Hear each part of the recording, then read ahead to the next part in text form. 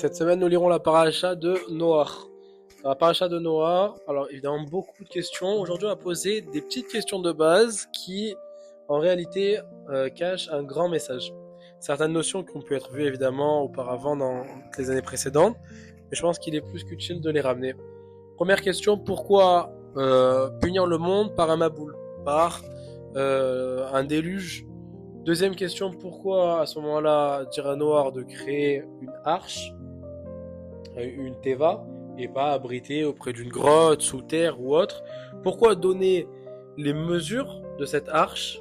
Nécessité dès le début de la paracha de donner combien mesurait chaque côté, hauteur, largeur de l'arche. Et enfin, pourquoi appeler le Maboul mais Noach, c'est-à-dire les eaux de Noach, comme s'il était directement lié dans ce déluge? Pour répondre à toutes ces questions, un principe de base, Sour Mera va à Setov, c'est-à-dire éloigne-toi du mal pour pouvoir faire le bien. Et ça veut dire quoi? Tout correspond à la parole. En réalité, on sait que Noach a plus que conseillé les personnes se trouvant dans sa génération de revenir vers Hachem, de s'abriter entre guillemets sous son arche afin de pouvoir être sauvés. Mais la Torah nous dit que Noach n'a pas réellement et qu'il était nécessaire de prier pour en tout cas les personnes qui étaient autour de lui. Et on le voit notamment avec cette histoire de Maboul. On dit que Maboul, c'est les initiales Rachetevot de Maved Vechaim Beyad Lashon, c'est-à-dire la vie et la mort aux mains de la langue, traduit littéralement, mais ce qui veut dire par la langue. Sous-entendu, lorsque une personne prie, elle peut arriver à changer des décrets. Si Noach avait prié, potentiellement, il aurait peut-être pu sauver une partie ou peut-être la terre entière. C'est aussi pour cette raison, du coup, que les eaux de Noach s'appellent comme cela. Pourquoi? Pour dire qu'en réalité, si Noach avait prié, peut-être que ces eaux n'auraient pas eu lieu. Donc ce sont les eaux de Noach. Et pourquoi une teva? Parce qu'il était nécessaire de donner cette analogie entre teva qui veut dire une arche, mais teva en hébreu veut aussi dire un mot. Ainsi, pour dire que regarde, ce qui te sauve, c'est les mots qui sortent de ta bouche. Par contre, si tu avais prié, tu aurais pu aussi sauver par tes mots les autres personnes. Et on termine avec la dernière question. Pourquoi avoir donné les mesures de l'arche dès le début de la paracha?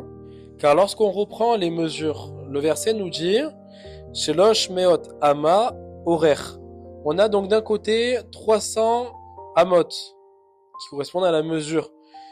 On a 50 de l'autre et on a 30 de hauteur. Lorsqu'on prend la lettre qui correspond à 300, valeur numérique, 300 c'est la lettre Shin.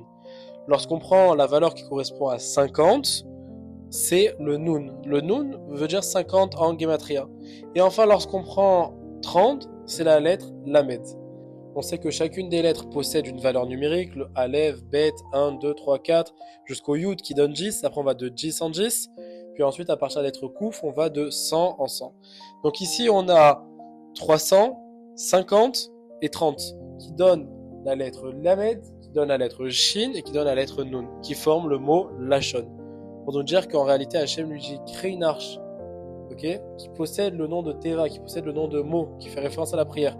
Et non seulement ça, mais en plus de ça, les valeurs des côtés, des hauteurs, des mesures de la Teva correspondent au mot Lashon, qui veut dire qu'en réalité, ce qui te sauve, ce qui peut sauver, c'est le fait de prier. À ce moment-là, on voit ici un grand message dès le début de la paracha, et dans tout ce qui va suivre par la suite, c'est que lorsqu'on prie, pour soi-même évidemment, mais aussi et surtout pour les autres, on peut arriver à enlever de grands décrets.